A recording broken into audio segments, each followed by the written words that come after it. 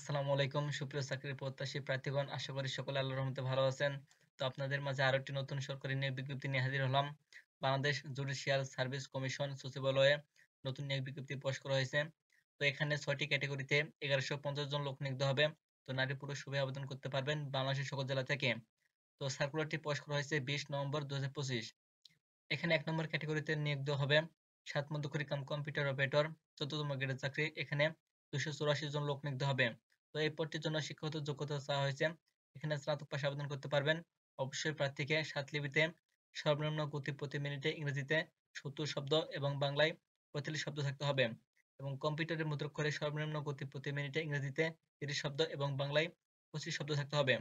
তারপরে আসি পরে ২ নম্বর ক্যাটাগরি বেঞ্চ সহকারী ১৬তম গ্রেডের চাকরি। এখানে ৩৫ জন লোক নিয়োগ দেওয়া হবে।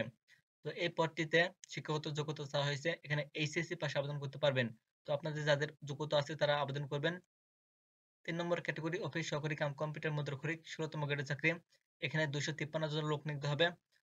তো এই পদটির জন্য এইচএসসি পাশে আবেদন করতে পারবেন। অবশ্যই প্রার্থীকে কম্পিউটারের প্রশিক্ষণ প্রাপ্ত হতে হবে। তারপরে আসি ৪ নম্বর ক্যাটাগরি গাড়ি চালক। এখানে ২২ জন লোক নিয়োগ দেওয়া হবে। তো ১৬তম গ্রেডের চাকরি। এখানে ৮ম শ্রেণী পাশে আবেদন করতে পারবেন। অবশ্যই প্রার্থীকে ড্রাইভিং এর লাইসেন্স থাকতে হবে। ৫ নম্বর ক্যাটাগরি জারিকারক। এখানে ১৯তম গ্রেডের চাকরি। ১৫৭ জন লোক নিয়োগ দেওয়া হবে। তো এই পদটিতে এসএসসি পাশে আবেদন করতে পারবেন। ৬ নম্বর ক্যাটাগরি অফিস সহায়ক ২০তম গ্রেডের চাকরি। এখানে ৪০১ জন লোক নিয়োগ দেওয়া হবে। এই পদটির জন্য ৮ম শ্রেণী পাশে আবেদন করতে পারবেন। আপনাদের যোগ্যতা অনুযায়ী নির্দিষ্ট সময়ের মধ্যে আবেদন করবেন।